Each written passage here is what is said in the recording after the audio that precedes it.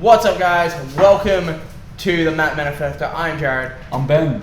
And we are here to talk about, well, normally we talk about Australian wrestling, which is awesome. And there are some shows, obviously. Right Here Wrestling has their show this Saturday. PWSA has their show on the same day, on Saturday. So go check them out in Adelaide if you're in Adelaide. Go check them out and go watch my very nice friend Rocco Reed on PWSA. He's in a tag match. But we're going to be a little different this week because we're going to be talking about what's been happening with WWE because they've gone to Netflix. Penta's debuted. Facts. New WWE Women's Intercontinental Title Champion. Yeah, Lyra Valkyria. Yeah.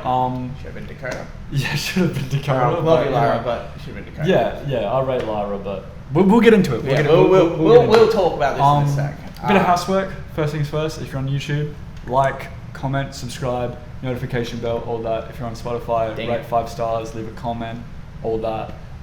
Check out our Instagram. Facts. Follow us. Yes. Don't forget to follow. Hell, if you want to, message us, DM us.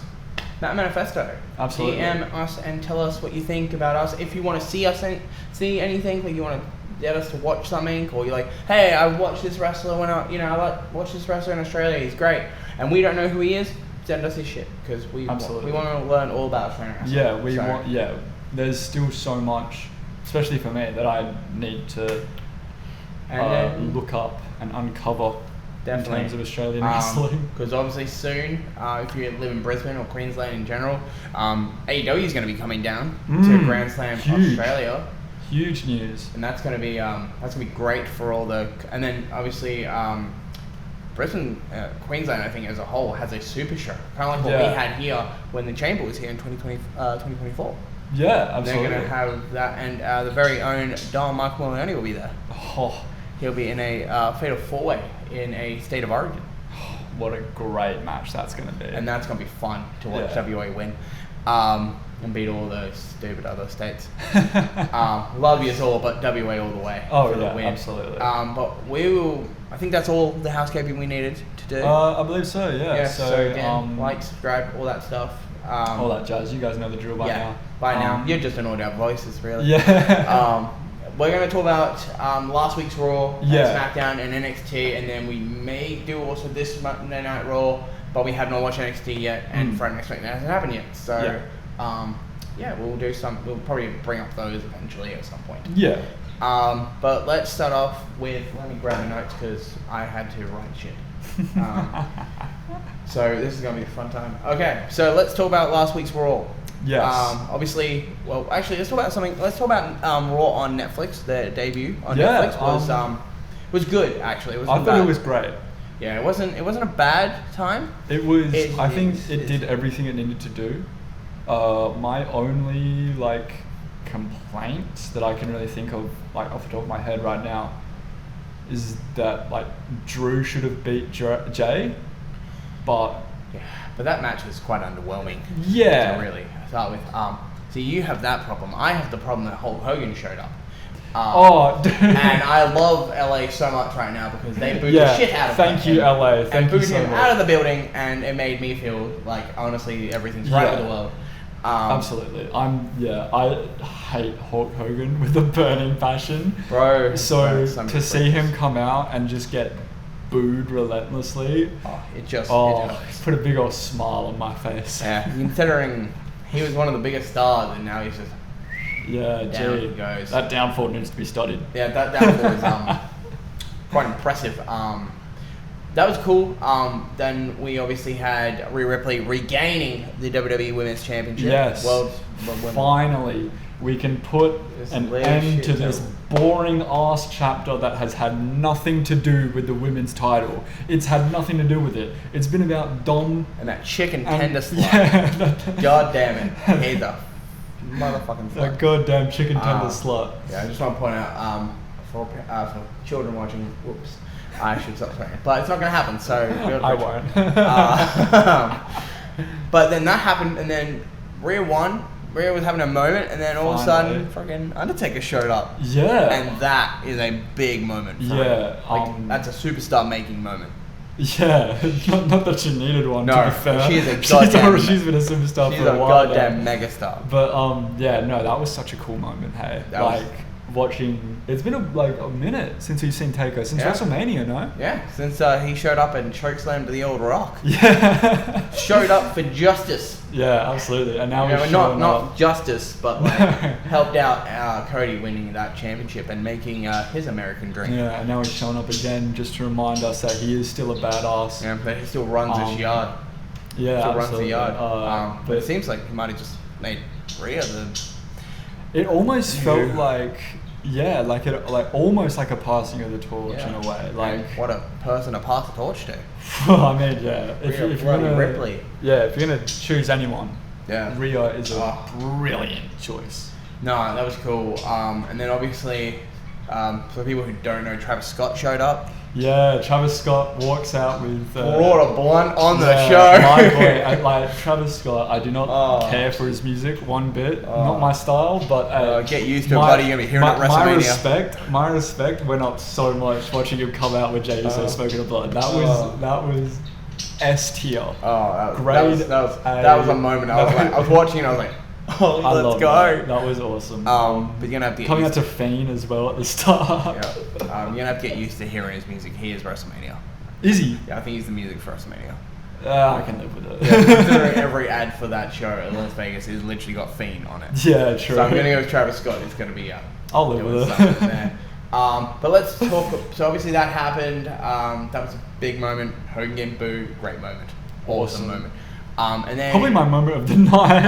It was a great moment. Punk and Seth was a great match. Those two kicked the shit out of each other. Those two do not like each other. Oh, absolutely not. It's a real problem. They've got to deal with maybe therapy. Maybe couples therapy. maybe they bring their wives. I just feel like there's not gonna be an end. There's not going to be a final match between them because every time they're in the same room, they just have to go at each other. They just do, and it's really weird. I feel like there's something there that just makes you go, they might just really actually don't like each other. Yeah. And you're just like, I don't know how this is gonna end, and I don't think there is an end. There's not. No. There's not. It's like the stuff because it's like there's like a trio now. There's like the Punk and Drew and Seth. Yeah. And they all just. Like a very awkward threesome. Yeah, it's like the world's worst threesome. Like all three of them don't want. Do you want to go? Like nah. You go. Like nah. Yeah. Or it's like all three of them don't want to be there, but then all three of them are very stubborn. They don't want to leave. Yeah, exactly. It's like, bro, what the hell? And then I think it was last week. It got announced that TNA and WWE signed a multi-year deal. Yes. So NXT and TNA have signed a multi-year deal where they're going to be working together for a bit. And massive news. That's going to be great because I obviously didn't get to watch full I didn't get to watch Genesis TNA's Genesis, not Neon Genesis. If you watched the last episode, it was great because obviously Joe Hendry.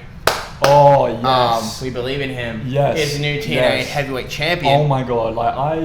I'll be real with you guys. Pretty much all of my wrestling knowledge outside of WWE, EPW, SCW, stuff like that, it's pretty much all just comes from TikTok.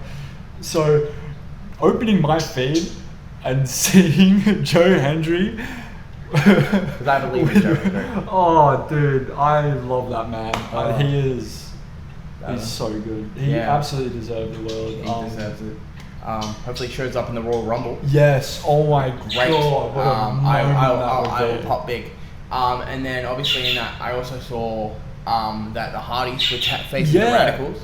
Yeah, absolutely. For the TNA tag titles, and then Fraxium showed up with the NXT tag team titles, and he took a seat and just watched. Yeah. And then that was a little squat. Yeah, pop the squat.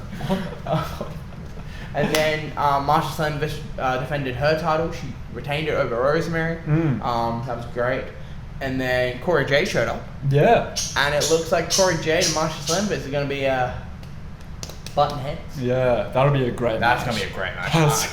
I can't wait to see those two beat the shit out of each other. Oh, yeah. And then obviously Raw happened. Last week, we obviously were doing our Neon Genesis episodes, so we didn't get to watch it, but now we have. And let's talk about the start, which is Penta's debut. Yeah. Cedo Mieto. Oh man. That was a great fucking match. Yeah, dude. Like, as someone who, again, like pretty much all my knowledge outside this WWE stuff comes from TikTok, but like, dude, seeing like Penta live is so much different. It's so vastly different to watching it on like TikTok or anywhere else. Like 100%. watching it like live on Netflix was so good. Like he's so smooth, and like even when he does have an occasional misstep, he has that intuition and the ability to just go, oh, it doesn't even matter. Yeah. It's like that. I think when we were talking about it the other day, and we spoke about when he does the dive off the rope. Yeah, he went to that bottom rope. Yeah. It looked like he kind of slipped. It looks like he slipped a bit. And kind of fixed it and exactly. it turned into a leg drop. When we were talking about it, you were the one that told me that he messed up and then he slipped a bit. I thought that was completely just a normal thing that he did. Yeah. Like it just looked natural to me. So like it just shows that like what level that he's at, how good he actually is to like have that slip but still make it look professional. And obviously, even in our first episode, or even like I think our Neon Genesis one, we were talking about Solomon Blackwell.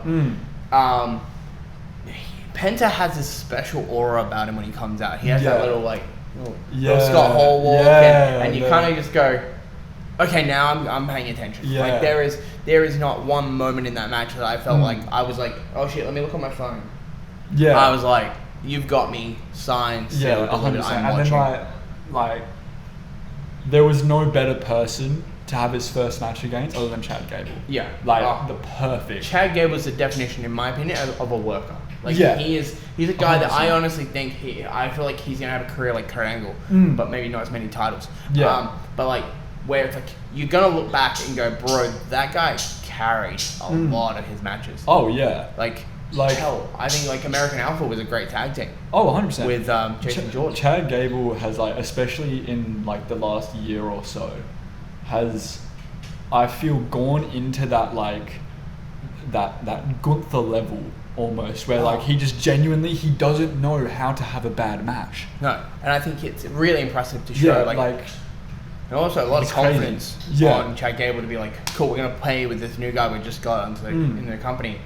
Go out and do what you do, and that fucking I hate that they call it the Mexican Destroyer. Yeah. I would just call it the Destroyer, but the OG Petey Williams is a Canadian Destroyer. Yeah. And he should always be taken. People should give him more credit because Petey Williams is the creator of the Canadian Destroyer. And now it's just overused so much everywhere. Yeah. It's a great move to be It's a great move. But like the way Chad sold it. Oh, it yeah. was like, wow, holy shit, that's impressive. Yeah. And then obviously the Penta Driver, or as I know it's been called, it's been, I think they call it the Made in Japan. It's a goddamn cool move he has. But then there was a special moment, which I don't know if you caught it, was there was a girl in the crowd who was crying. Oh, yeah. That is Penta's daughter. Yeah. And I was like, that's how much it means to him and also to her and also to his whole family. Yeah. They're like, this wasn't just, oh, he's a debuter. This is he's been doing this for years. Yeah. He's wanted this so much. Like there was a video out of him when he came out to his entrance. He was shaking, he was nervous.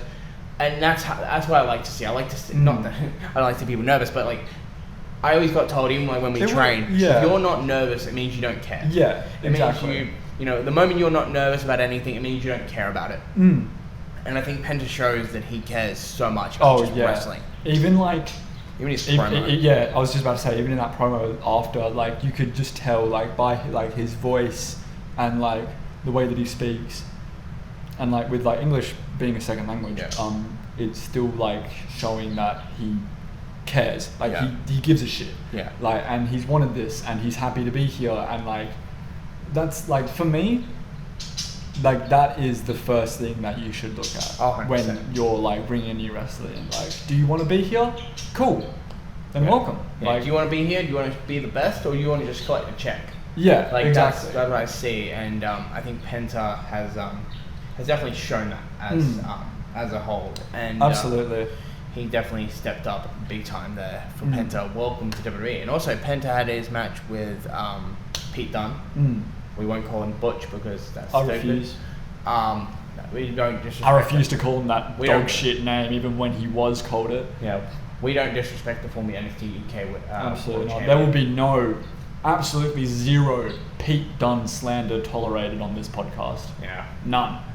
No, That right there, that man definitely. is a bona fide freaking superstar. He's a Bruiserweight, legend. baby. Bruiserweight for the win. Absolutely. And then I obviously, can't wait for him to get a little push, maybe. Yeah, more out the door. Well, yeah. Hey, you get called Butch Hell, you're not getting pushed out of a door. Because he's that good of a wrestler. That's damn good he is. And then obviously Ludwig Kaiser faced Sheamus. That was a hard hitting match for those two. It's always the Europeans that know how to fight. Yeah, absolutely. And What a then- match that was. Like, But ugh. I honestly mean this. I think Sheamus needs to win that Intercontinental title because Yeah. Braun Breaker got in his face, but I think Sheamus needs to win that Intercontinental title. Maybe not think it is- current, maybe not like soon, but he needs to win it to I end think it. it's definitely long overdue. Yeah. But for me, it's something that like he deserves it at WrestleMania. Yeah. For me, like whenever the hell he wins it, I will be the first one on my toes celebrating because I freaking love Sheamus. I always have, even when he had that mohawk phase. Oh yeah. Let's not bring that up. But yeah, no, Sheamus absolutely deserves to win it. 100%. Whether it be at WrestleMania or not. Now this may be a bold take and maybe completely 180 from what we're talking about, but I honestly think Sheamus should have been the one to beat Gunther. Oh yeah, For the Intercontinental title. I 100% Love agree. Sammy, but Yeah. I feel like Sheamus deserves that. Yeah, 100%. I completely agree. I think like if it was me, what I would have done, Gunther holds it until Sheamus comes back, Yeah. and then whenever that moment is right, whether it be at the next WrestleMania or not, pull that trigger. Yeah. Like But obviously, Gunther is the heavyweight champion. heavyweight champion, yeah. And then, I mean, we'll get to that. yeah, we'll get to that in a second. Obviously, Rhea Ripley came Oh out, yes. women's world champion. Fucking aura, megastar is Yeah. what I say. She's goddamn amazing. Mm. And then obviously Bayley was in the crowd. San Jose is Yeah. her hometown. And then Nia showed up. And I went, oh goody, we're doing this again. Yeah. Because I definitely don't want to see that again. Yeah. Saw it live, obviously. Elimination Yeah. Chamber in Perth. Love that. Was there. That was great. I mean, yeah, I thought it was a good match. I don't want to see that it's rivalry again. yeah, it's not something That that I fun. want to see like because it doesn't feel like it's been long enough. No. And Like feel I don't care enough. Like also- give that spot to somebody else. Yeah. Give that Nia role to literally anyone else. Yeah, and I give feel it to Blair Davenport maybe. Where the hell is she? Why is she not on TV? Triple H, huh? What's going on? maybe, just maybe, give it to Dakota Kai. or For goddamn or Dakota sakes. Guy. Or Dakota Guy, yeah. Because I didn't mean to yell that. That was right. Oh, should we use that? Yep, as let's the talk segue? about it. Let's talk about it. So obviously, congratulations to the amazing Lyra Valkyria. Look, but my love gripes and my issues are not with Lyra Valkyria. No, Lyra my Valkyria gripes is with awesome. everything else. She's amazing, but and there is a big but. That crowd was so Dakota Kai. Oh, disgustingly so. I loved it. How do you hear that crowd? See Dakota's freaking Instagram post that she put out the night before about how much this means to her, and then you don't at least have like the brain function to go, all right, we'll just do an audible and like swap the winner. Yeah. I think Mental to me. Like it was right there on a freaking gold platter for you, Triple H. See the platter, like right here. See it? Right there. Yeah. Does my head in. Like I've loved his booking for the most part, but it's like it's these little moments like this that just really set me on fire because I'm like, dude, like, come on! Like we may seem like we're just very pro Dakota and hate Yeah, Lyra, but honestly, but, Lyra, I don't freaking want it, deserves it. Yeah, I don't want it to get like misconstrued. Like Lyra is awesome. Yeah. She's great. She's amazing. But- That match was amazing. Please. other than like the Queen of the Ring tournament, which she didn't even win. No. What has she done this year former, well not this year, but like former NXT Women's Champion. I mean on the main roster is what I'm talking about. Like specifically like on the main roster, what has she done? In her defense, she also hasn't been used well. Exactly. So it's like you kind of want to put her in and be like, oh my god, she deserves it. And she freaking does. Yeah. Lyra Akira's a freaking worker. Watch that match. That match was great between those two. But Dakota has only won tag titles in her whole career, being WWE. She's only won tag titles, and I feel like that's so disrespectful to Dakota Kai. And Dakota Kai deserves better. Actually, like, it baffles me so we were talking about this, and I wrote this down in my notes on my phone. WWE, and if this somewhat comes across to you guys, then it won't. But but I mean this in a nice way. But WWE, throw Dakota a motherfucking bone. Please. Because goddamn, give her a title. Please. Like, even if you want, have Lyra hold it for 3 months. Cool. I'm okay with Lyra holding that for 3 months. But then have her face Dakota Kai. And then, if you can, have Dakota win it. Just for once. Just have her win one singles title. Because damn, she deserves it. Because damn, she can't be the only one in Damage Control that hasn't won a singles title. Because we'll get to it when we talk about this week's episode of Raw. But like, she again just showed how good she is this week. She always does. I don't get it. It's something that will confuse me until she wins the title. Yeah, and even then, it'll still baffle me why she wasn't the inaugural. Yeah. And we will bitch and moan about this until we get told not to anymore. Yeah. But we have to move on. Yeah. Because Jay also showed up. Yeah. Just to be right. Yay. And he was like, I want a world title match. I want this, and then in general, Gunther. In my opinion. Or is Pat Matthew in my opinion, currently the best wrestler on the planet. In my opinion. I think honestly currently the best champion on WWE. Well, yeah. That's because he's the best wrestler in the world. Because you listen to I'm a big Gunther guy. Big Gunther guy. I remember when he was Volta. Good times. That's how long I've gone back. I've seen him live too, Gunther. Really? Yeah, he came to World Series Wrestling in 2018. Good guy. Teamed with Bronson Reed. Or General Rock if you're a normal person. That's not WWE person. Great. That was a great match. They teamed, I think, against the Street Gang Hooligans of Alex Kingston and Logan Gray, I think. Oh. Yeah, and they yeeted the people. They yeeted the fuck out of them, and it was fucking funny. Because I didn't know who Logan Gray or Alex Kingston were at the time, so it was funny. But anywho, that was great. They did some words, and Gunther saying basically, you aren't at my level. You know, you want to be at this level, but you're really only at this level. So now, at Saturday night's main event this Saturday, Sunday for Australia. Yeah. But America, Saturday. It's going to be Jey Uso versus Gunther for the World Heavyweight Championship. What a match that's going to be. Because that match on Raw, that was good. That was a good match. And if we could just circle back real quick to the promo between them two. Oh my god, what a great promo that was. Even this week's promo was good. Because this week's promo, when Gunther says, Jimmy's better than you. Yeah. I was like, bro, I'd kick you in the head. Yeah. I'd kick you. It's such a weird matchup that like I never would have really thought of. Because like when you think, I'm not going to call them like wrestling soulmates just yet, but I will call them almost promo soulmates. Yeah. Because like when I think about like these amazing wrestling rivalries that we have, like Kevin Owens, Sami Zayn, Edge, John Cena, and Randy Orton, Randy Orton, Cena. Yeah, like the promos are always so visceral and so just so disgusting between the two, and that's what this felt like on both weeks. Like any time that those two talk to each other, like it just feels like the tension's just constantly building and building and building. But honestly, Jay in general, like you may disagree. Last probably 6-7 years, even with Jimmy, promos.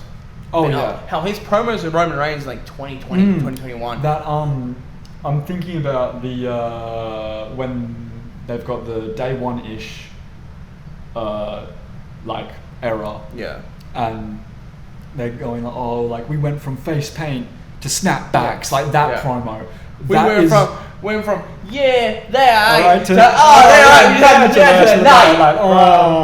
that's so heat. Like, that is one of my favorite promos ever. Like, it or is even so when they're doing good. their like, we got this shit locked down. Yeah. It's like no new day, locked down. Yeah. Hell, we started this dominant reign when we beat you and your daddy. Yeah. To dominate So Mysterio. good. Great. It's just levels above where you would like. You look at a promo and you're like, okay, okay. But then when Jay does a promo, it's just so much intensity of like heart. And you're like, Yeah, wow, I like, think, I like, believe everything he's saying. At first, when Jay split off on his own, for the first few months, I was a bit like, okay, I get it, but I don't really like it. Yeah. I just wasn't the biggest fan, but now, like, I think ever since WrestleMania, I think I've become a big Jay Uso fan. Would you say you are yeet with Jay Uso? I would yeet with Jay Uso. I would absolutely. That's one more time just before we move on. Yeet! Yeah, we're getting comments about that one. Yeah. Well, obviously that main event last week was, obviously the main event was just, I think Priest and Finn Balor. Yeah, Priest Street and Balor. Fight, baby. Which I will say was a fantastic match. So good. Both men, amazing. I'm like, it was almost everything I wanted. Finn not winning. Almost. Finn definitely should have won that match. Well, when was the last time Finn won a match? Because I genuinely don't remember. Give me a minute. Oh, can't think of it. No, it's been a while. It's been a very long It's time. been ages. It's been a very long time. It's been a very long time. Like, I can't think of a time Balor won clean or won a singles match No, neither. I can't think of it. or anything like that. Yeah. And it's just I That's feel why so he bad should've for the won. bloke because he's so good. But he's enjoying his life and Yeah, like I'm sure he doesn't care. Like, No, I don't think he cares. he That's probably fine. But then the Judgment Day showed up, and then they started attacking Priest, and then the War Raiders showed up. Yeah.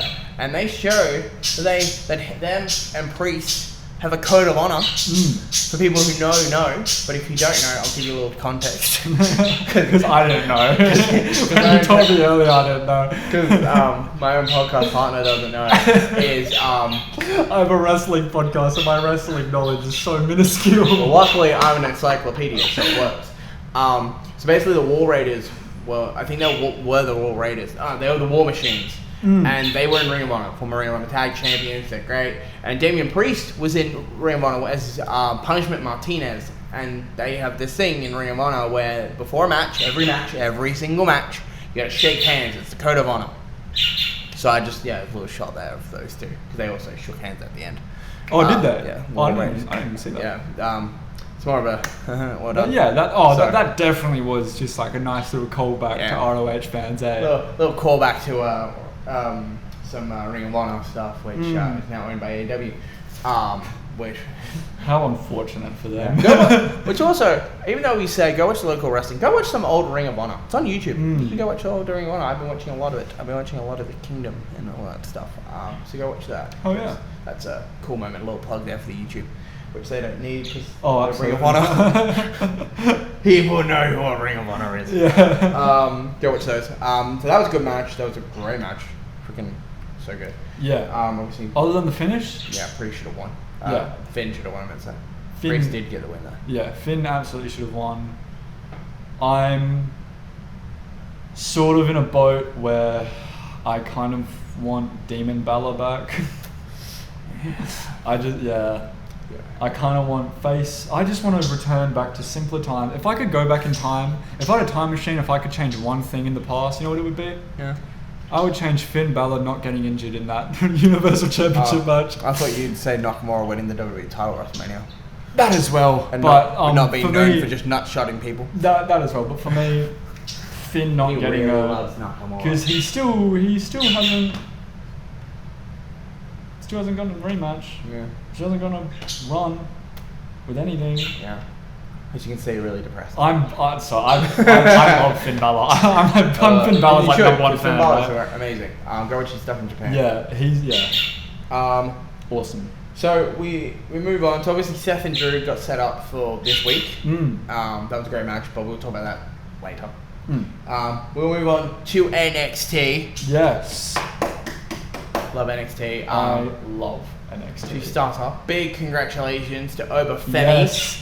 And Julia on winning the men's and women's NXT titles. Oh my god. Can we just talk about Oba Femi for a second? This guy is... That sounds like Braun Breaker. Yeah, I love Oba Femi, man. Oba Femi's so good.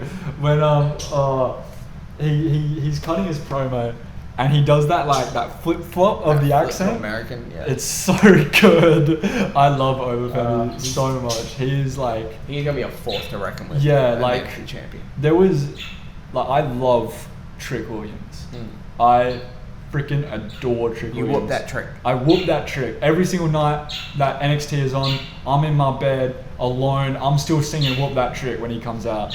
Because I love that man. Book loves it. If there was one guy that I think should have dethroned him, absolutely it was Oba Femi. Yeah. That man Not is stupid, like... Eddie Thorpe. He's like everything that I want in a wrestler.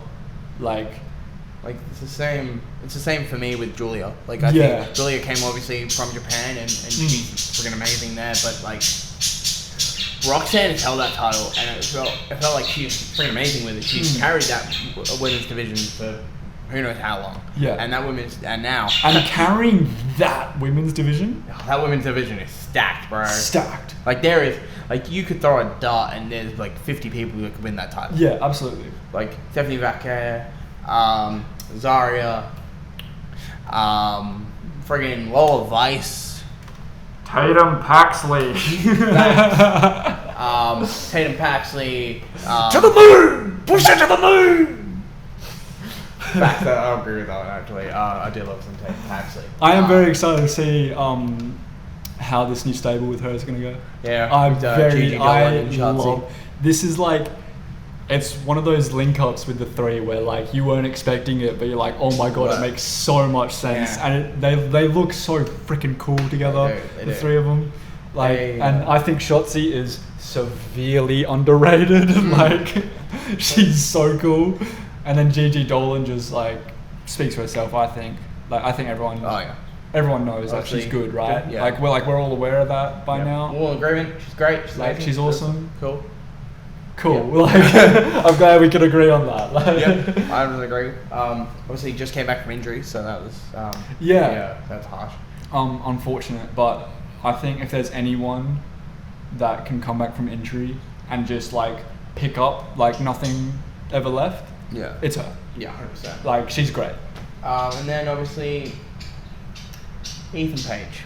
Let's talk about Ethan Page. By the way, loving the direction they're going in. Yeah. Absolutely, it's really, really Ethan impressive. Page is just on demon time. Damn right. He is a menace. He's just throwing out that twist of hate. If you even look at him in remotely the wrong way, he's just gonna break your jaw or snap your fingers. Or that. Just ask fucking Cedric Alexander. Yeah. Turning into the fucking bruiserweight, snapping fingers. Oh god. Until, as I said before, I love that he's using the twist of fate, and he got the tick of approval by the amazing Matt Hardy. Yeah, absolutely. Love that. It fits him so well, as well. It does. It's such a perfect move for him. So good. It makes so much sense. He's on another level. He got his butt slapped by The Rock. Yeah. I wasn't happy about that. That's another thing I wanted to bring up. That I don't know if you caught it, but The Rock calling Ava the final boss of NXT.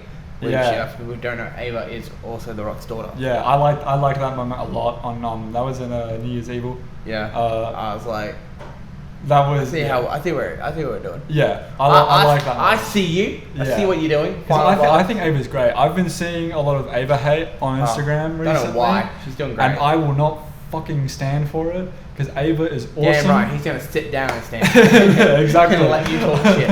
I will sit down and disagree with you heavily because Ava is freaking awesome. She's a great general manager. I think she might be my favorite general manager out of the three, to be honest. Yeah, I do love me some Nick Aldis, but I more like Nick Aldis as a wrestler. Yeah. So I prefer him as a wrestler. Magnus, if you're a TNA fan. But Ava, yeah, she's doing really well. She's I'll just you know what?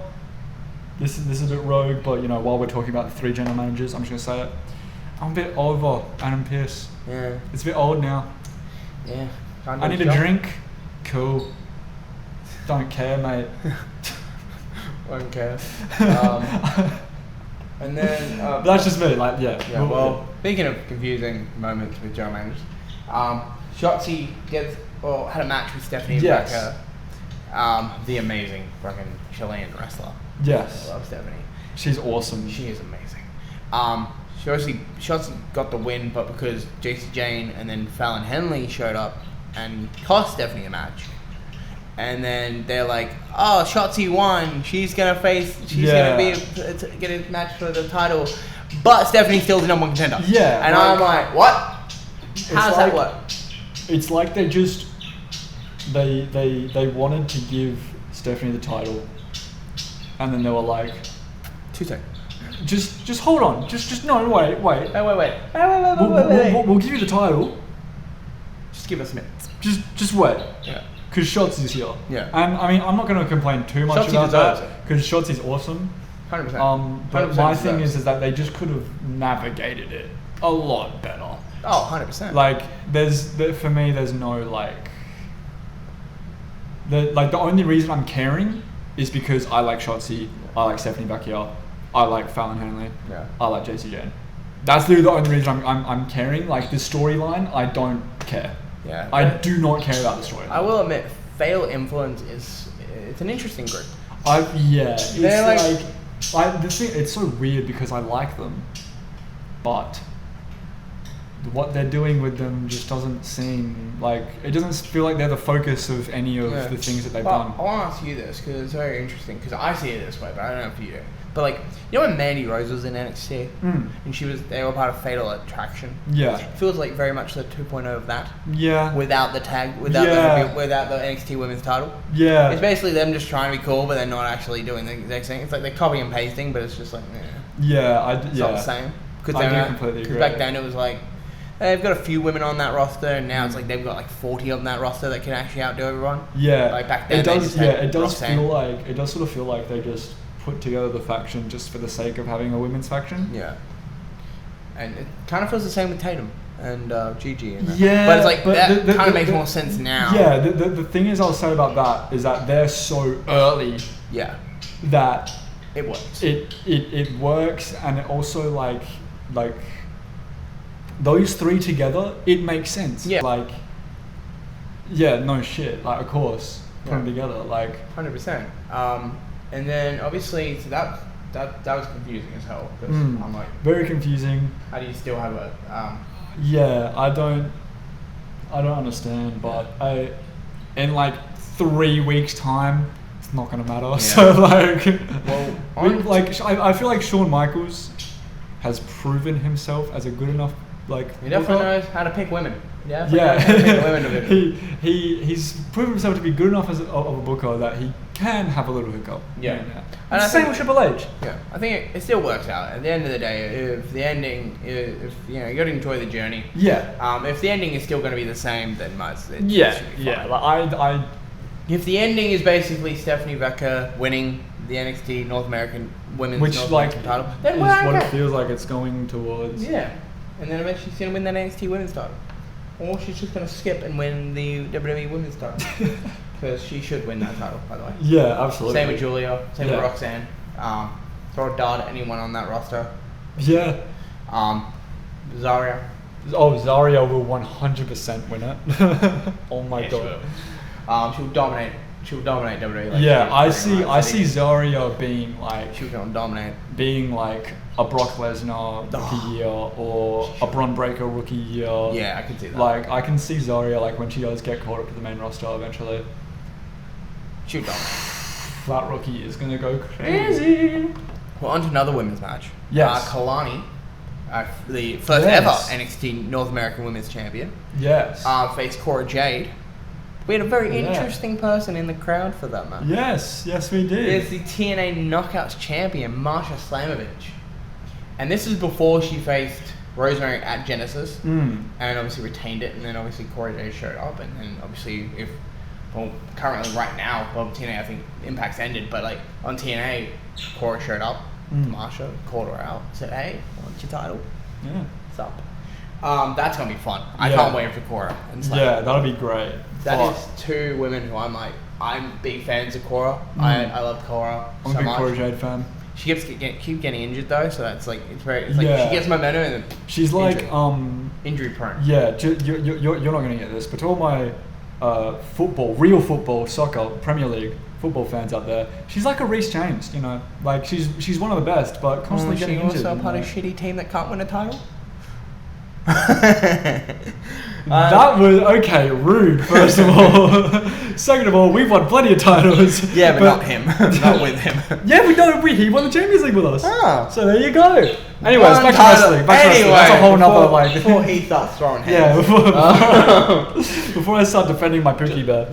Yeah, just some little thing here. I have no real horse in the fight, so I have a dog in the fight. I just like to piss people off. It's funny. I just like to piss people off. It's funny.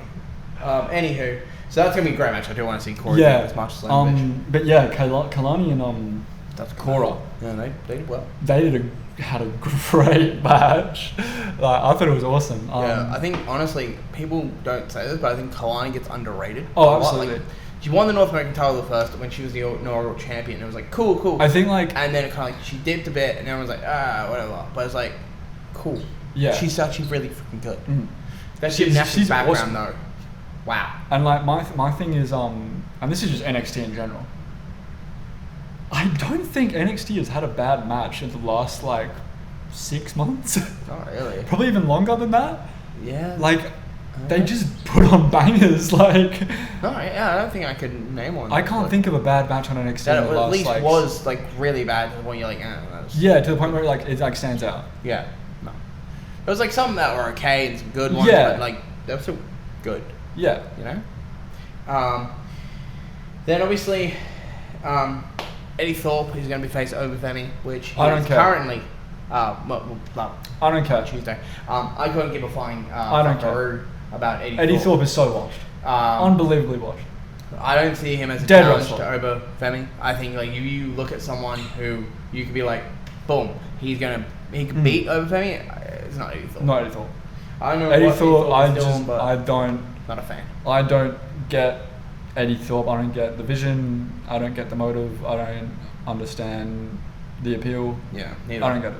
I just don't. I don't care. Get that at all. I really don't. I don't see Eddie really. I don't really care for Eddie. Yeah. I'm like, cool. At any time, cool first defense though for Oba. Yeah, get the first the thing out of the way. Yeah, just get it out of the way. Yeah. Get it done. Get that first because it makes sense. The story makes sense because yeah. The whole him taking himself out and then overtaking him out of the triple threat and all that, but I still love that where he went to Ayla and it was Eddie Thorpe with 10 years. Yeah, I did that. Yeah. He had it coming. Yeah. He started something. I finished it. Yeah, I love it. He just walks in, goes, yeah. So did you hear about Eddie? And she's like, yeah. He's like, I did that. Yeah, and if Ethan Page did that, I'd be like, oh, I hate you, Ethan. Screw you, bro. But Oba does that. I'm like, hell yeah.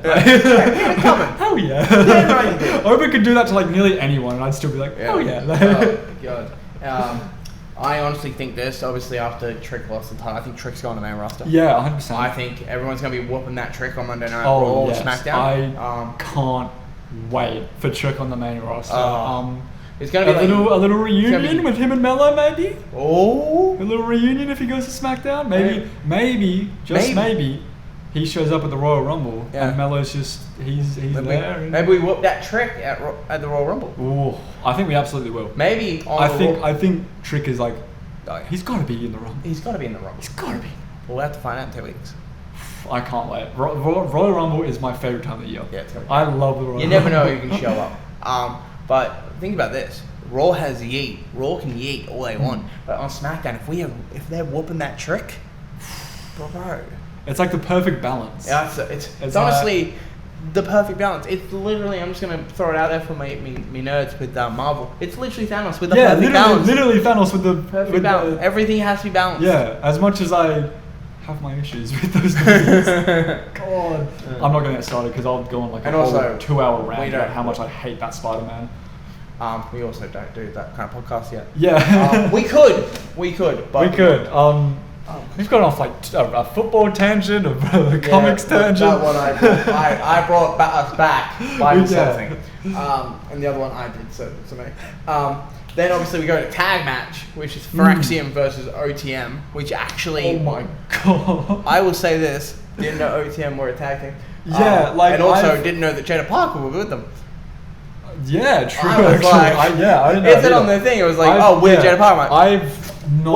I've not given a single shit about OTM. I just don't like none of the stuff that they've done has really like interest me. But they honestly look like they could be a yeah, that's the thing. Is like that's what I was just about to say. As much as I don't care about anything that they've done, like I don't care about any of the stories they've been telling. Still, their freaking aura is there, and they look like a group that's going to go places. I think when especially Jada Parker. Damn right. Oh my god, Jada Parker's freaking awesome. To the moon. Oh my god, she's so moon, great. Bro. Let's choose like Cameron Grimes to go to the moon. Yeah.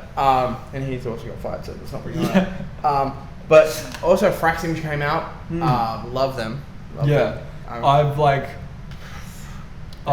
I'm saying this like I'm about to say, finally I'm getting the appeal of Phyraxium. But I'm saying this now only because this is the first like proper WWE episode we've done. Yeah. Like when they first won the titles, I was like, okay, cool, two great in-ring wrestlers. That's great. I don't really care. Yeah. And now, I've since the like Over Femi stuff and like the whole when there was that weird little like you didn't know if they were gonna fall out or not. Yeah. That is when they freaking got me. Yeah. I've been locked in. I'm still waiting for him to turn on each other. Yeah, but now I don't want them to now because I finally get it. Like I'm finally like fully on board, other than being like because before whereas I was 50% on board. Yeah. Now I'm 100% on board. I don't want them to split. I don't want them to drop the belts. I don't want them to split. I don't want nothing. I kind of want them to, but I want them to because I want Nathan to do it because Nathan got trained by Seth Rollins. I want him to turn. I think it is going to be Nathan that turns because I want him to turn it exactly the same way Seth turned. But like I want a chair to the back. Like they're so much fun to watch. They are. Like they like. Oh, you want to show how much fun they are to watch? Also, it looks like they're setting up something with DIY in them. Yeah. Which, oh my god. Bro, I love DIY. I that on freaking SmackDown. adore DIY. They are completely right. Everything they're doing is 100% fully clean, fully approved. They need to bring Candice into that family I'm so happy that they're champions. I'm so happy. Like, puts a smile on my face. It really does. Obviously, with Phyraxium, they are really fun to watch. But that frog splash through the table and that Spanish fly. Oh my god. That was so clean too. Yeah, there was not so one moment good. in that moment that I was like, that looked kind of shitty. Yeah. I was like, bro. It's like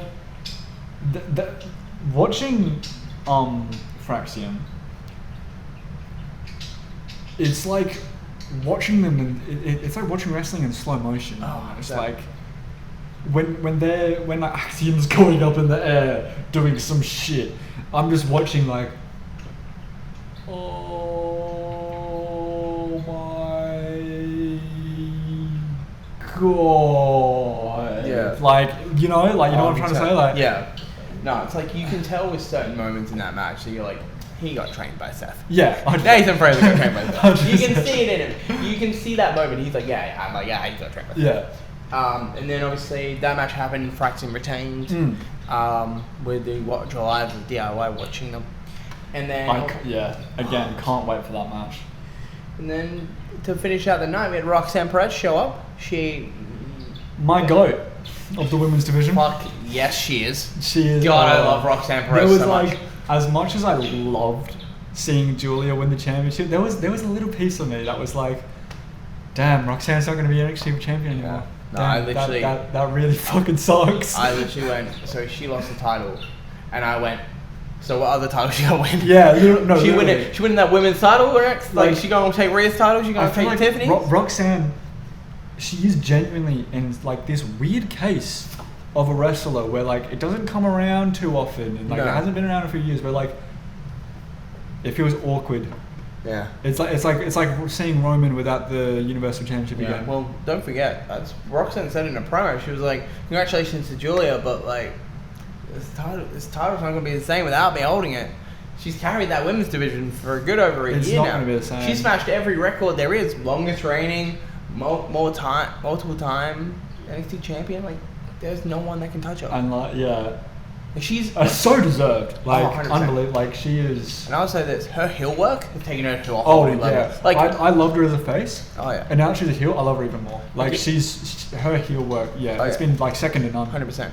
And we talked about this in the first ever episode we had, and it's weird to put these two in the same just because he didn't pay me this time. But like, it's kind of like Dylan Black. Yeah. Dylan Black is a face. It was like, okay, cool, sure. But then as soon as he became a heel, it was like he next leveled himself.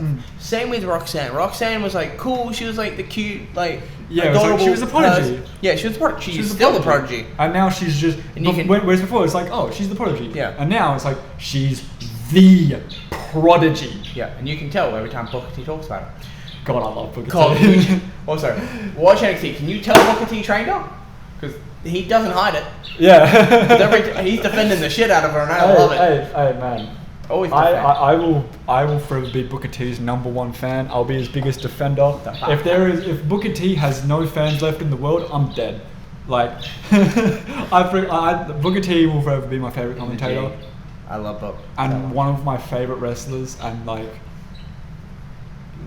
just should have had so much more in WWE. So good. So obviously she was talking about that. She was like, "I'm the best," blah blah blah. And I was like, "Yes, you got me. You are the best. Oh, amazing. All hail the prodigy." And then all of a sudden, we get a familiar face in NXT, baby. Yes, sir. Bayley coming back. Yeah. Bayley with her awesome purple hair, by the way. Yeah. Loving that purple hair. I will say, at first, because I watched these episodes all in such close conjunction to each other. You're like, Bayley, take a rest. Yeah, genuinely, I was like, why the fuck are you here? There was almost a part of me where I was like, just go away, like just piss off. Like, I saw it the next day or whatever, so I was like, oh yeah, fucking let's go, Bayley. Yeah. But I was just like, that theme song though. It's a rough. It's the same thing with like going back to Fraxium. I have the same issue with their theme song. Yeah. I fucking hate it. Def Rebel out it again. It pisses me off. I don't want to hear that dog shit in my ears when these wrestlers are coming out. Def Rebel. Oh god, just get me like normality. Yeah. Get me like Motorhead again. Like so hard. Was it CFO? Yeah, CFO. Yeah, CFO. They did like the Adam Cole one. Yeah, like get them back. Yeah. Like, well, you're a really not company. Just use artists. Yeah, I have a deep-seated hatred for Def Rebel. Like, pisses me off beyond belief. So basically, to move on from our general, just running down to somebody who's doing their job. Why did you put it like that? I don't know. I'm a dick. That's what I do. Bayley was like, she's like, I don't know what you're saying right now, because like she was trying to give some respect, obviously, but then Roxanne was like, oh, I used to look up to you. But I used to. Yeah. I don't look up to you anymore. Yeah, and she like dropped to like the same name as like Punk. Yeah, she's like, I used to look up to Punk. I used to look up to this. I used to look up to that. It doesn't matter anymore. I'm better. Yeah. And honestly, as someone that loves Roxanne, she is better than everyone, because she's Roxanne Perez. But again, it's also... Roxanne better. Yeah. Roxanne better. And then, obviously, they brawled. They had a little brawl. And then, that was the end of Raw. That was the end of NXT. And I was like... I wanted more. What's next? Where's Roxanne? Come on, what are we going to do? And then, so now, we go to SmackDown. Yes. Smack her down.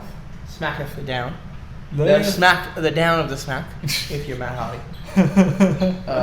In your broken brilliance. And yes, Matt still gets over on the podcast. Yeah, absolutely, as he should. So SmackDown, I love the beginning where they had the commentators walking in to the arena. Yeah. That was actually really cool, and talking about the show. It felt like fresh and new. It felt very cool. It felt like a nice change. It felt very like also sport. It felt very sport. Like, you know, whether it's for me like the NFL where like they'll walk in and be like, "This is a big night" or whatever, or for the actual football. Yeah, for actual football when like all like the players and shit all come out. You just feel atmosphere just builds up. They mentioned Tiffany Stratton. She is over as shit. Oh my god. Tiffany, it is Tiffy time. It's absolutely. I'm so happy. Yeah. I'm so happy that it's Tiffy time. It's Tiffy time, 100%. Then we had Kevin Owens. Yes. Kevin Owens is a goat. Oh my god. Kevin Owens is as a heel. Kevin Owens is a heel again, and everything is right in the world. Exactly. Yep. Like, he's just so perfect. Well, technically, Kevin Owens came out because Rey Mysterio came out, because we were in San Diego, and Rey was doing his whole thing of like, I've got my family, and it was basically just his daughter. He's like, oh, my family's here. It's just his daughter. His son doesn't talk to him anymore. And I'm guessing his wife doesn't either now. She wasn't there. She probably had better things to do than come up wrestling. And then he came out and he was like, oh, I've always loved you. I loved Rey Mysterio. Rey Mysterio was my favorite. I'd love to face you. You know, and you're going to win the Royal Rumble, but I know you'll pick me as the rightful WWE champion and face me at WrestleMania, which honestly, I'm okay with seeing that. Not Rey winning it again though, so Rey doesn't need to win the Royal Rumble. Yeah, Rey, Time's gone, okay? Yeah. He won in 06, but if you listen to some people, he peaked in 96. we will talk about that. We'll get that guy on the podcast just to talk about it. I love it. That's funny. And that's my favourite Rumble, by the way. 06. 06 is my favourite Rumble. Which we also, just a little turning off to the other side, we were also doing, next week, we're going to do a podcast where we're just going to talk about our favourite Royal Rumbles. Yeah. We're going to also do a draft for the Rumble, so he's going to draft 15 people. 15 men and women. I'm going to draft 15 men and women, and we're just going to see who would win in that Royal Rumble, and hopefully it'll be mine. It'll be mine. I'll win. Because I'm better. And basically we'll do current, and then we'll do past. And we'll just kind of, and you guys can tell us who you guys win, who would win in that Royal Rumble. Preferably my guys. That will be our goals at the time. And then, so that was cool. That, then seemed like now, basically, Kevin cheap-shotted Rey and tried to package power driver. Cody came out. Which, that was a moment there where I was like... The future Homelander. Yeah, before Cody comes out, I thought Rey was actually going to take it. And I really, Rey should have been a G. Rey should have taken it. I was sitting on the couch. Should have taken it. I was sitting on the couch watching it. And like when Kevin gets him into position, I literally stood up and was like, "You put down my goat. You put him down. You do not touch him. Don't you dare." I was like, "Put him down. Put him down, bro." I was out of the old in with the new. I always say. Yeah. Then we go to tag team. Speaking of out of the old and in with the new, Naomi tagging Jade. Guaranteed she tagged Jade Cargill. Yeah. I'm calling it now. She attacked her. Yeah. I don't think anyone else. Unless Bianca just didn't really want the tag team. I thought for a while that it was either going to be Naomi or Bianca. Well, think about it. Who had the most to gain out of all that? Like, Naomi went from just being a side character to now she's tag champion. Yeah. And I mean, hey. But honestly, I respect the hustle. If we get a Naomi heel turn, I'm here for it. She's been a heel since 2015. It would make a lot of sense. Yeah. Because she's someone that has gotten so close to getting her goals over the last year. Yeah. And got fired. Went to TNA. Yeah. Did some good stuff there. Like TNA Knockouts champion. Came back. Yep. I'm talking about specifically WWE. Specifically in WWE, she's come back. She could have. Not saying should have, because I definitely think it should have been Chelsea Green, but she could have won I think if it wasn't Chelsea Green, my pick was Naomi.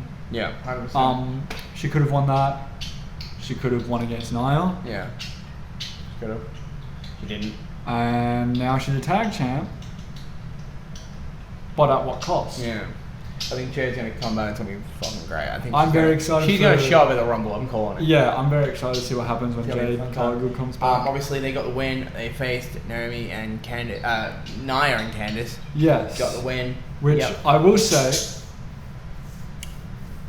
all right match, but I might have skipped it. It was okay. Yeah. Just like didn't make any sense. Felt like that spot could have been given to anyone except them. Yeah.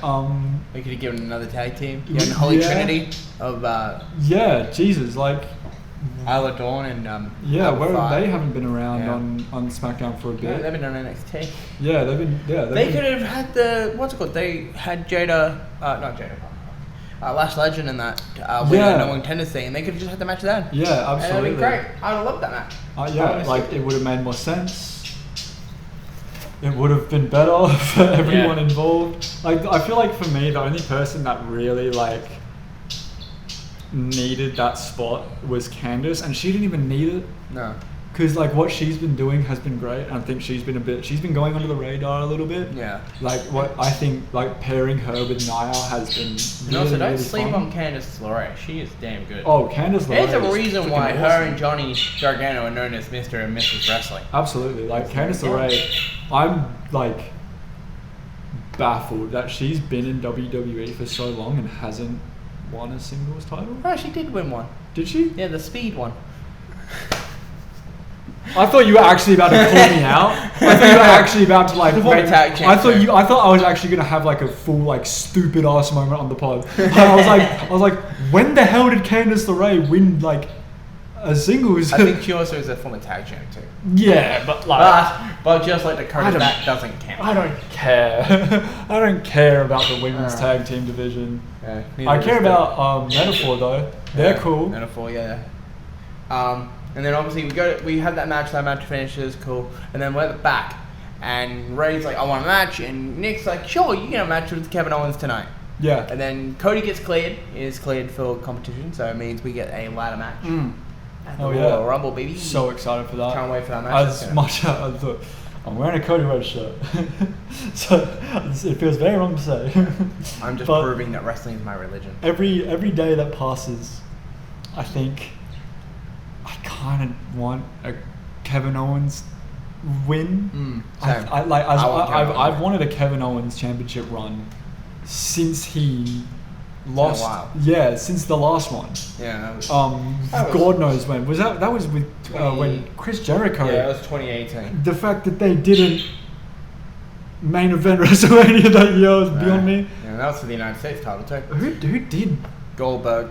No, it was Undertaker and Roman. Oh, that's worse. That's actually worse than Goldberg. And you know what hurts most? Worse than Goldberg. You know what hurts most? It was Brock and Goldberg for the Universal title. That's gotta hurt, doesn't it? WrestleMania 33, boys. Just think, 3 years ago. 3 years before that, we had Peak. Yeah, we had Bryan. Had my favourite WrestleMania. Yeah, we had Bryan screwing over Randy Orton. No, maybe not my favourite. Definitely one of. Yeah, I would 22 is probably still my favourite. Yeah, 22 is pretty good. 25 is pretty good.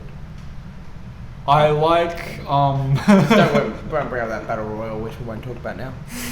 Oh god, I like 27. 27's not bad. That's some good matches on there. I really like 27. Triple H Undertaker was good. Yeah, Triple H vs Undertaker is like definitely like the best and like the standout match. Yeah, Punk Randy wasn't bad. Punk Randy was good. I like that match a lot. Cody Ray wasn't bad. Yeah, that wasn't bad. Main event was okay. Yeah, Miz can't remember it, so that's don't like the main event aside. Yeah. I think the rest of that card is like it's a lot of fun. As long as you don't bring up Snooki. Yeah, it's like I feel like it is a lesser WrestleMania, but it's still like it's a fun WrestleMania. Yeah, like, WrestleMania 28 wasn't bad too. It's okay. That was The Rock and John Cena. The once in a lifetime, but then they've been back to back. Yeah. Voices in the air. Oh god. What a time. Oh, Invincible. That was a good song. Anywho, I just want to point out that I can't wait for Cody to have his Homelander moment. Yeah. I can't wait for him to turn on us. I went on a massive binge, massive TikTok binge about 3 weeks ago of just watching heel Cody Rhodes and nothing but heel Cody Bring Rhodes. him on a Cody, it's great. Dude, Bullet Club Cody, great times. Every time, Yeah. it just gets better and better. Cody, Every heel run just got better and better. And I don't think he had a bad heel run at all. No, not really. There's not. I don't see one. There's not a bad promo that I saw. No. There wasn't a bad match that I saw. Not really. Can't see any. Oh my god, undashing Cody Rhodes. Oh, good time. What a great character. That is still peak. Oh. Unbelievably goated. Yeah. I love that. I would love not that character to be brought back, but sort of if someone else saw that and did a little twist on it. Yeah. Sort of change it up slightly, change it up enough for it to be different and not be exactly the same as undashing Cody Rhodes. Yeah. But I just want to see that character again. I just want to see that essence of undashing again. Yeah, that was cool. Then we had Jimmy Uso versus him, Carmella Hayes. Yes. Great match. And I said this before we started the pod, which I wanted to say to you guys, because I wanted you guys to know this. People have slept on how damn good Jimmy Uso is. Absolutely. Because Jay is amazing, but Jimmy Uso, obviously, with his injuries he's had over the years, people underestimate how damn good he actually is. He's amazing on the mic. I think the thing that it sounds strange, but what really properly solidified Jimmy for me as being one of my favorite character workers, wrestlers, all that stuff. I forget when it was. I think it was when they announced the Women's US Championship. Yeah. I just remember the red mat on the ring, and then Jimmy was in. I think Jimmy had a match before. Or they had to roll him out. Yeah, and I had to roll him out.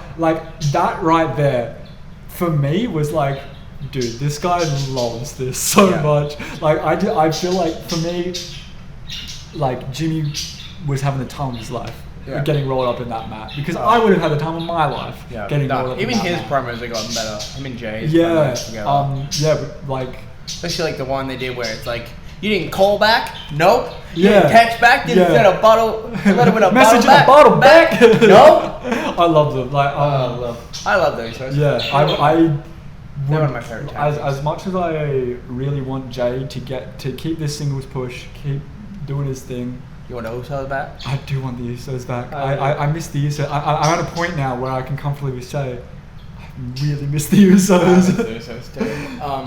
But then in that match kind of got cut short a bit because the Bloodline 2.0 or the fuck they call it now came out. But technically it was just Tama Tonga and Jacob Fatu. Yeah, Solo nowhere to be seen after his big loss. Yeah, but then Solo didn't show up.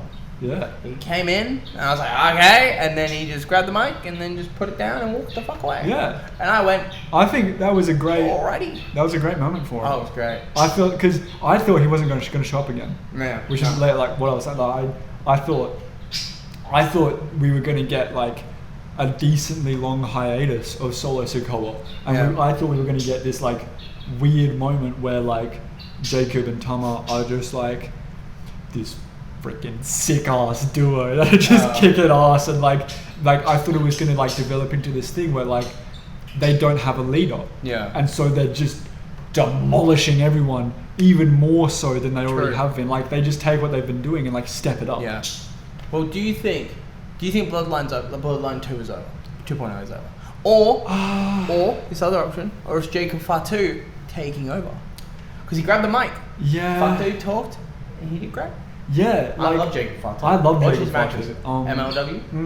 Man can run. 100%. Man can go. I love it. I think I almost don't want to see it done though. I think it might be coming to an end. I think that's the it feels like going on for a bit. It feels like that's the direction. But my thing was that I was so interested to see what they do as a group. Yeah. After Solo losing. And now I thought it was going to be, I was so convinced that like we were going to get that long ass solo hiatus. Yeah. And I was really hoping to get that like just menacing duo of Jacob Fatu and Tama Tonga. Yeah. Well, I give you that, but then I raise you something better. I raise you two big ass meaty men fighting, and that's because they continued to beat the crap out of Jimmy in that. Yeah. Because Carmelo Hayes is stupid, and he thought I'm a part of this. Yeah. He's not. Braun Strowman showed up. Yeah. And he ran through Tama Tonga, not that hard. And then all of a sudden, the two meaty men were standing there, and I went, yeah. You had my money. Absolutely. Like, that's not a match that I thought would happen. No, but we're getting at that Saturday night's main event. Yeah, I thought it was... Two meaty men hitting the crap out of each other. I didn't think of that match. No. When, like, Jacob Fatu got brought in. That was not, like, on my list of matches I wanted to see. There's a few of them. And now that we're getting it... yeah, hard, I can't wait. I really can't wait for that. That's Get ready awesome. for that. Then we go backstage. Yes. It is, sadly, the current Legado del Fantasma. Yeah. With Humberto and Angel Garza. Yeah. With Santos Escobar. God, I hate them so much. Yeah. I liked Santos better in NXT. 100%. With the original LFD. Yeah. And he had Legado del Fantasma. He actually looked cool. Yeah. And he actually had some freaking aura about him. Now he's just kind of a bum. Now he's just got the shitty rub of the LWO. Yeah. I don't... Yeah, you shouldn't have put him in there. Never. God, no. Yeah. Horrible. God, no. But Humberto and Angel Garza had to face I consider them a legendary tag team in the Motor City Machine Guns of Alex Shelley 100%. and Chris Sabin. Motor City Machine Guns got the win though, because they are the fucking Motor City Machine Guns. Yeah, absolutely. And then did they need it? No. Do I care? No. they got the win, but Pretty Deadly came out. Yes. And oh my god, I would. But backstage, DIY was pissed. Yeah. Because they thought Pretty Deadly must have promised them, going, hey, we can get rid of the Motor City Machine Guns for you. And it didn't happen. So it looks like next week it's going to be Motor City Machine Guns. Well, this week coming. Yeah. It's going to be Motor City Machine Guns versus Pretty Deadly. That's going to be a great match. Great match. I'm so happy that Pretty Deadly are like finally back on TV. Yeah. Like, because I think, genuinely, the last time I remember seeing them, other than like these last few weeks, was that hilarious promo that I quote all the time with my mates when I was trying my hardest to get them into wrestling. Yeah. And they're walking out on the pier, I think it is, onto the water, and they're looking up, and Queen Elizabeth is looking down on them, and I love that. That is one of my probably my favorite vignette of the year, if I'm being honest. Like, I go back and watch it like all the time. Yeah. I freaking love them. I would love to see Pretty Deadly, maybe hopefully sometime this year, get it to run with the titles, because it would just be so much fun. Yeah, like fun. Anytime Pretty Deadly are on screen, I'm just instantly in a good mood. Yeah. Like, I love them so much. But in that moment, so DIY basically said, well, see you next week, boys. Yeah. Do better. Tommaso had a breakdown, and he was pissed. But then Apollo Crews, I don't know what the hell he's involved in this. I don't know why. It was like, you guys are getting, used by these two. Yeah. And then all of a sudden, Johnny Gargano comes in, bang, takes him out and says, keep our names. Well, basically did a Will Smith. Yeah. And went, keep your names out my goddamn mouth. Yeah. And honestly, fair, because Apollo, what the fuck are you doing? Yeah. This ain't nothing to do with you. You got a tag partner? Shut the fuck up. Bro, you're not in a tag team. Shut up. Let DIY do what DIY does. And I also love that Tommaso Ciampa's holding that title like he used to do the NXT title. Oh my god. I really love that. Like, when I first saw him do that, I was like, yes, my goat is back. Goaty. Great. I love that. I would love like a 2025, 2024 era of that Black Heart gimmick.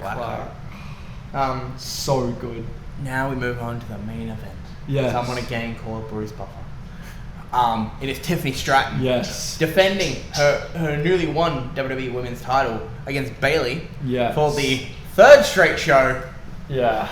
Bayley is on. But this time, she was supposed to be on the show. Yeah. She didn't just show up for lols. This time she actually wrestled. Yeah, but when Bayley was coming out, we see that Roxanne has got a ticket and is in the front row. Yeah, exactly. And I thought, Roxanne's got a main roster. 100%. And I cannot wait for Roxanne on the main roster. Are you kidding me? Like,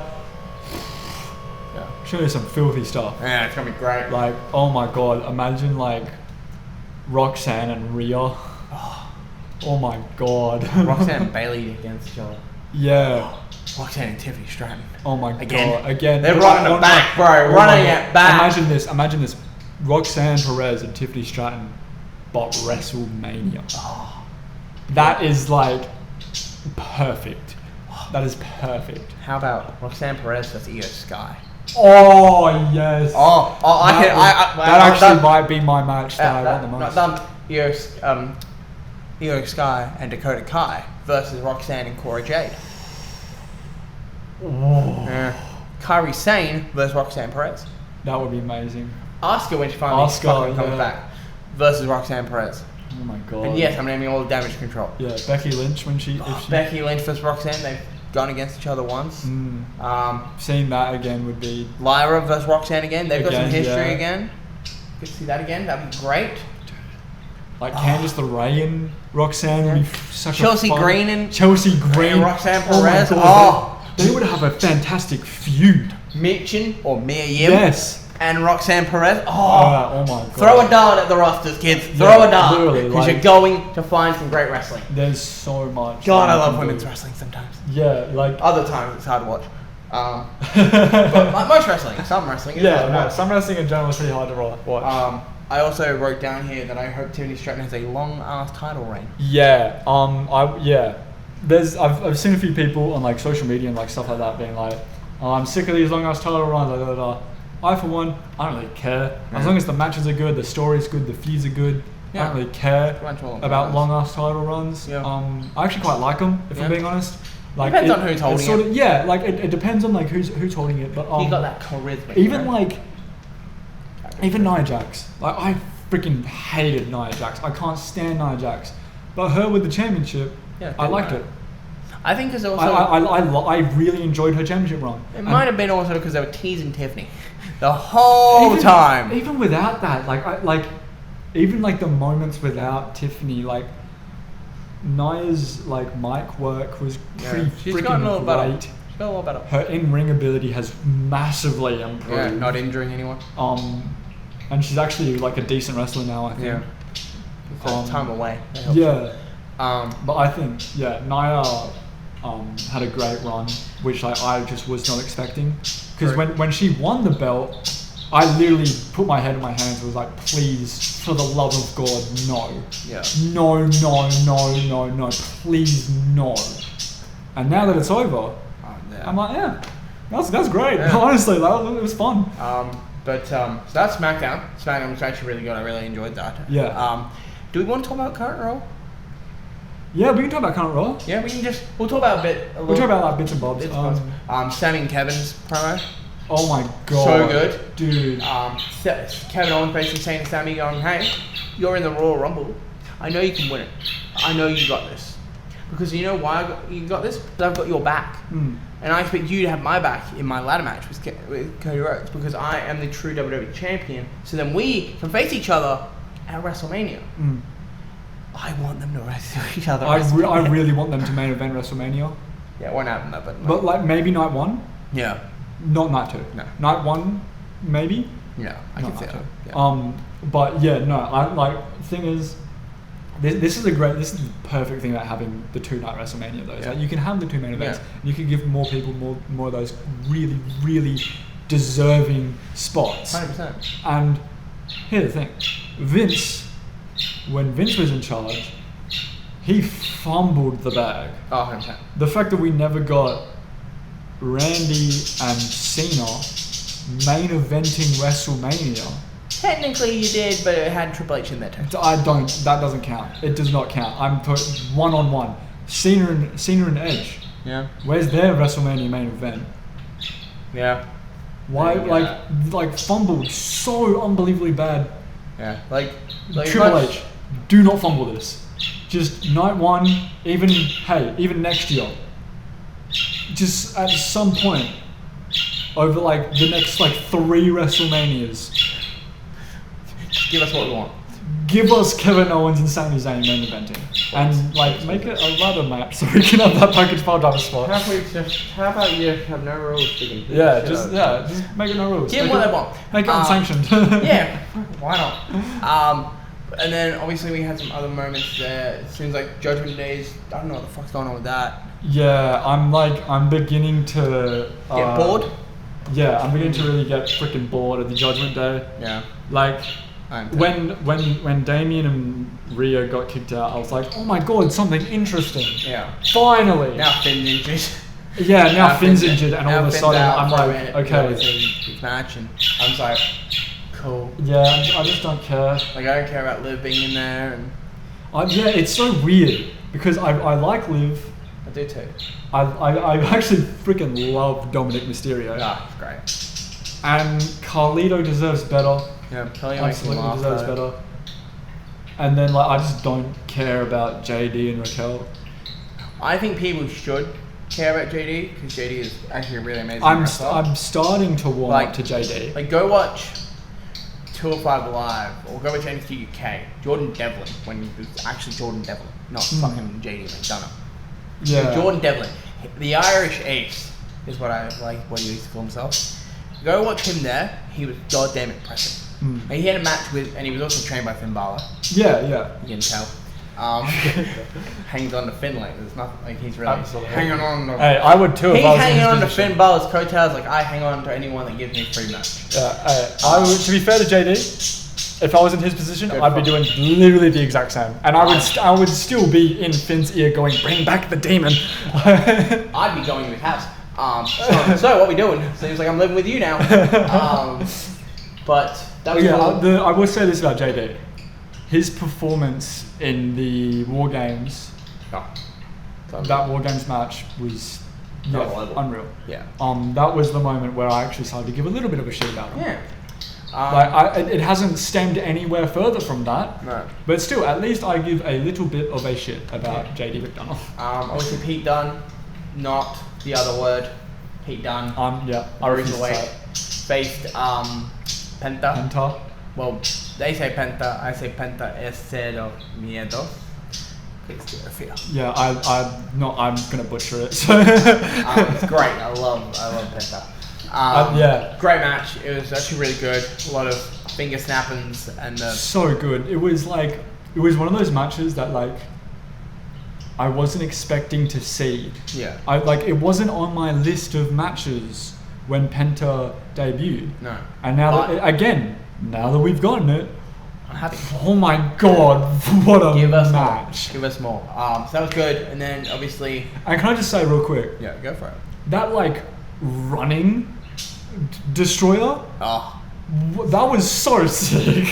I don't know if he I don't remember. He didn't do that last week, did he? And I just didn't pick up on it. He didn't run into it. Yeah, I think he did. He did. Okay, I just didn't see it last week. Yeah. But this week I saw basically it was Chad was there. Yeah. He went into the corner. He runs into it. Yeah. Because I'm so used to seeing standing, the Panama Sunrise, where they jump off and the normal, the standing.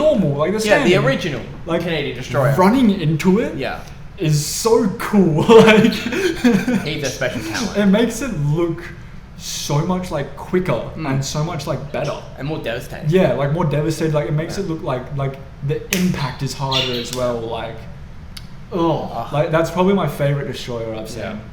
Yeah. Obviously, then Damage Control had a match against. Oh my god! Against Stark and Shayna Baszler, which I honestly think. What are they? Pure Fusion? Is it Pure Fusion? Sure. That's a name? Pure Fusion Collective, I think. Yeah. I don't know. Or as I call it, a very disrespectful way to treat Shayna Baszler. Yeah, and Zoe Stark. Yeah. I like Zoe. I like Shayna. We don't like Zoe here? No, I definitely... Shayna's monster. Don't get me wrong. Sonya Deville... The submission magician. Submission magician. Yeah. Shayna Baszler, absolutely, I will agree. Miles clear, head and shoulders above the other two. Her time in NXT is great. Yeah, I think like Zoe Stark with the right push. Yeah. With the right she hasn't push. had it.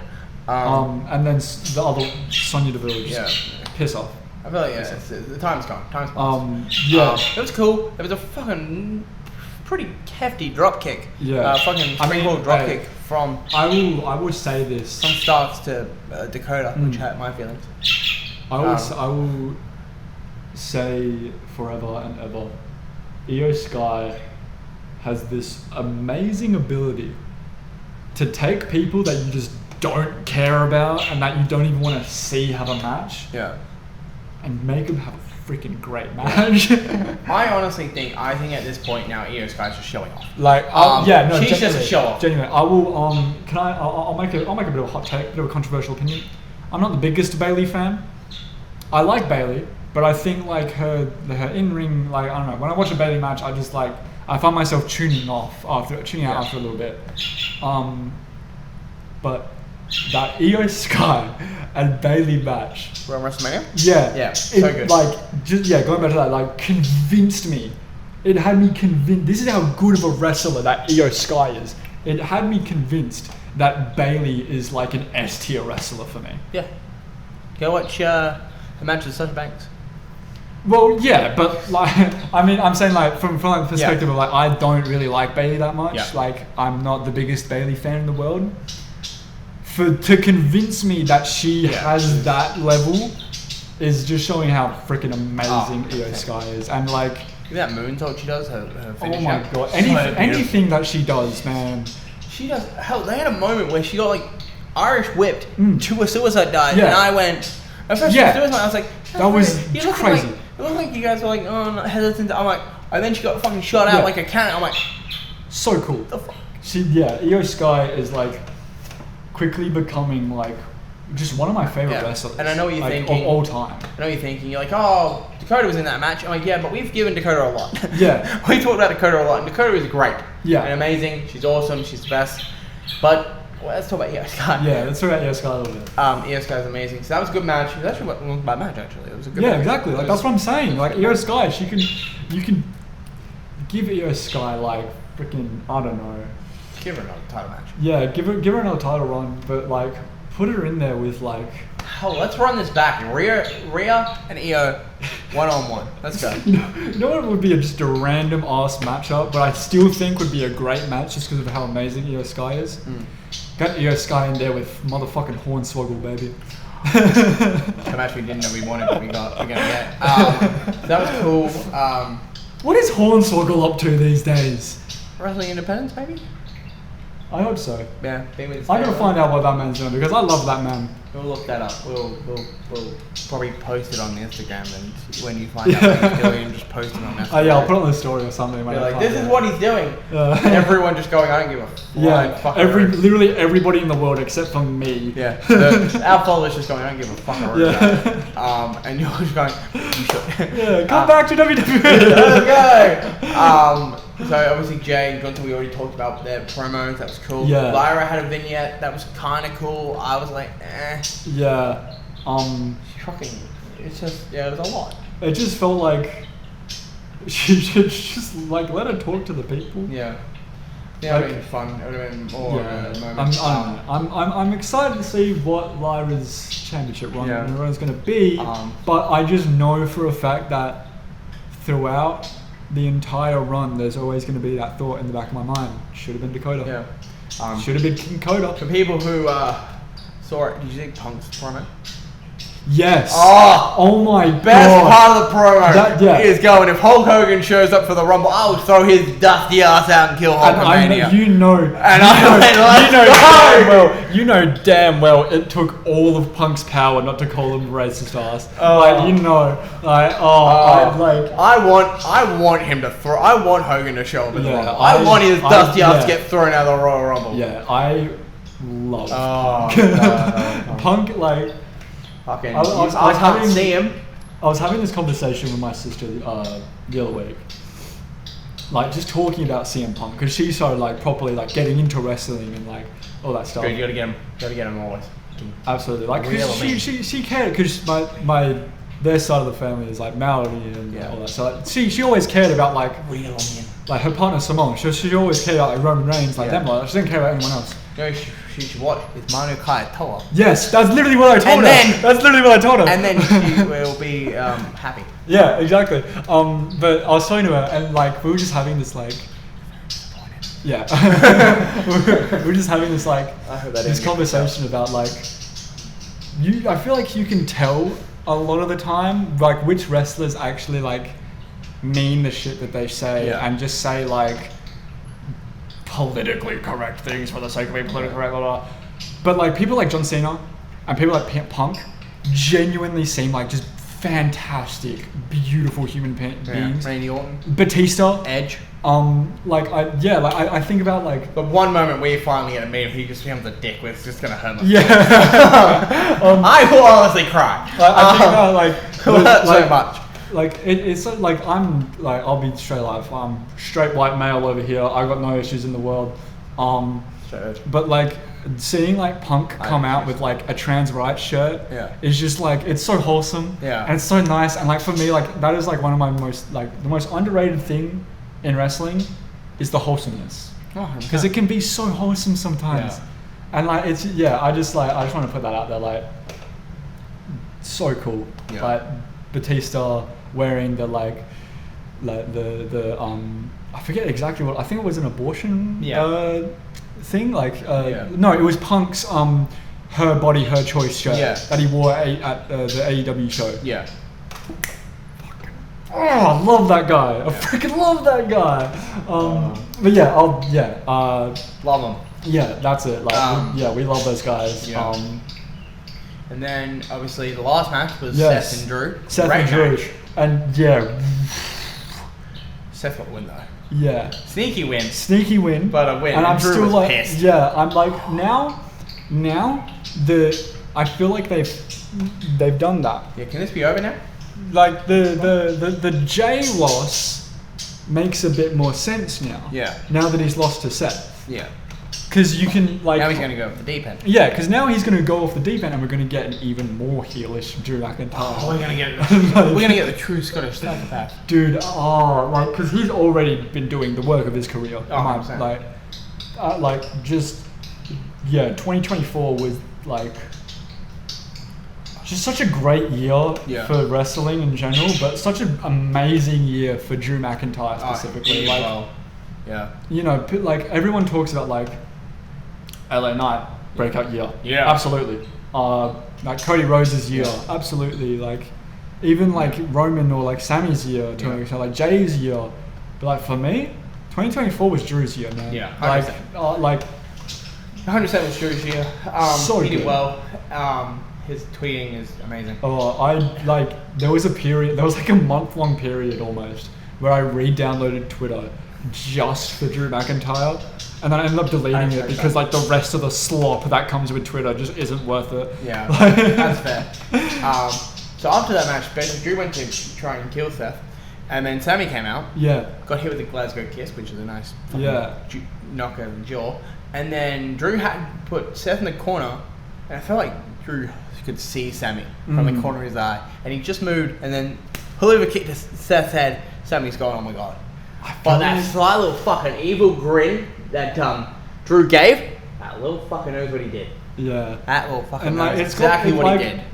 When I watched that, you know, it got my gears turning a little bit. It got me thinking about the after effects of that, and like, you know, what's been kicked in the head as soon as he gets in that rumble. Yeah. It's like, no, genuinely though, it got me thinking about like the after effects of that kick, and like everything else that's been happening in the last few weeks with Seth and Drew and Punk and the fans and Roman and everything.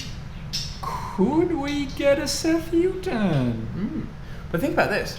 And someone I saw this video on Instagram, and I don't know, I thought it was very interesting. Has anyone thinking that maybe Drew's telling the truth and Roman's still a heel? No, Roman's still a heel. Yeah, no, man. And Roman is literally just playing, because he was like, Roman's playing chess while we're playing checkers. Yeah, man.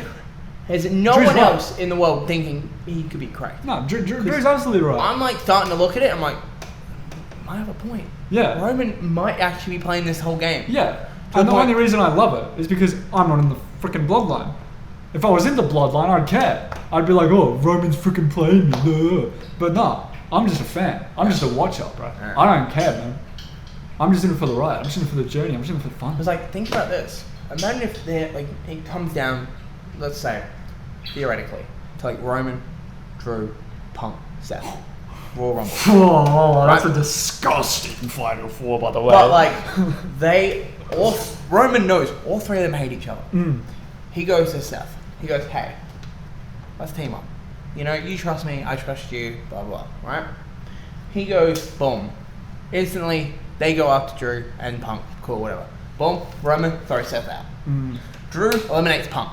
It's down to Punk, it's down to Drew. Or, actually, Punk eliminates Drew, because to keep that thing going. Yeah. Because I want Drew to go more off the deep end. And I think he would go more off the deep end. And he could like go into in the chamber. Yeah. I think that would be really helpful for him. He eliminates, boom. And then it's down to Punk and Roman. And Punk goes, I have a favor. Looks at Paul and says, I want to cash in my favor. And then Roman eliminates himself. And then Roman, when he's turning to Paul, because Paul could be like, hey, I know, but it's a Royal Rumble. You know, trying to explain to him. Punk turns around, boom, Superman punch. Roman throws him out, eliminates. And then Roman goes, yeah, that promise, that thing we owed you, out the window. We're not doing it anymore. I don't care. It turns in, Roman, Cody. But 3 years! At the top. 3 years! But I'm wearing a Cody Rhodes shirt and I don't even want to fucking see that. But Roman goes, I don't want it. He gives it up. He goes, he's going to be the first ever man to win the Royal Rumble and give it up. Because he's playing chess. He's thinking. Because he knows people don't want to fucking see him wrestle Cody for the 3rd straight year and fucking him win the title again. No one wants to see that. He goes, it's basically, he gets to main event WrestleMania. There's not one mention of needing to face a champion, even though it technically does say you face a champion. He says, I'm going to face a champion, but he doesn't say which champion I can pick. He says I can pick any champion. So he picks one. And he chooses Tiffany Stratton. No, he picks the final boss because he's got a championship. That's true. And he goes, I don't want to face Cody for the title. He goes, I don't care about that title anymore. It means nothing to me anymore. He fully says it means nothing. He wants the title that was given to The Rock by family. I like that. And he goes, you got given that title technically by Muhammad Ali. Yeah. But like you got in the storyline version, he got given it by the family, by the Samoan dynasty. And he goes, I want it. Because think about this, he's had his Ulafala taken away from him by Solo. Want it back. He now obviously has to beat. He needs to beat Cody, but technically that's not going to happen. So we're going to move on, right? But he feels like there's still one wrong that needs to be righted, and that's The Rock. Because The Rock, and Rock's being nice to Cody, being friendly with Cody, and maybe The Rock faces Cody for the title. Cody wins because Roman comes out. Boom, spear. There's The Rock and says, "I'll see you tomorrow night." Boom, we get that match. We finally get Roman versus The Rock. I mean, yeah, that sounds actually really good. Because then it's the whole thing of just Roman and going. we finally get Rock and Roman. Yeah, and it's for a title that means fuck all to anyone else. But for them, it's Roman going. And like they could even like do that and build that for in the way they did with the bracelet. With Drew and Punk. And have because even though it's a championship doesn't mean anything. That championship don't mean shit. But you can make it mean something. There was a time where a fucking bracelet was the most meaningful thing in WWE to me. Look at the I cared more about the bracelet than the World Heavyweight Championship. That's sad. But look at the Ulafala. Yeah. Literally, the exact same thing. But it's like they made people care about that, even though it's a fucking necklace. Yeah, it's literally the exact same thing. But it's like have Roman win. Yeah. But have it be like he's gone against Punk. Because then boom, now you've got a rivalry for Roman after WrestleMania. Because Rock ain't sticking around. Yeah. Sorry, Rock's not sticking around. No, absolutely not. WrestleMania's going to be done. He's going to fuck. And also, would he change the design of the belt? No, I think he'll what's it called? So he'll win it. So this is what I'm thinking. One, Rock's fucking off. He's going to make another shitty movie. And that's going to bomb in the fucking theaters. Yeah. So basically what I think will happen is Roman will win. he'll have that title. On that night, the night after WrestleMania, the Monday Night Raw live, wherever the fuck else in Vegas. Yeah. He will come out with Paul Heyman, and he'll be like, "I've won." All of a sudden, Punk's music hits. Punk goes, I'm owed something. Yeah. I'm coming to grab what I need. And he's like, I want a championship match. Because obviously, Roman has the title. Roman, all of a sudden, Paul leaves the ring. He grabs a trash can. He puts it next to Roman. Roman goes, you want this? Chucks it in the bin. Goes, you can have it. Yeah. Because the last time I checked, the person who had this meant nothing to me. Fully just burns that bridge of him and The Rock. That would be great. Because the whole thing last year was he needed Rock's help to go to WrestleMania. Needed The Rock's help, technically, to not face Cody. Needed The Rock's help, but the night one, to make Cody weak. Now, he just dumps the title and goes, fuck it. Yeah, don't need him. I don't need him. I need The Rock. And then, he didn't even look at Paul and goes, Paul, if you want to stay with him, if you want to keep that whole promise with him, you go with him. I don't care.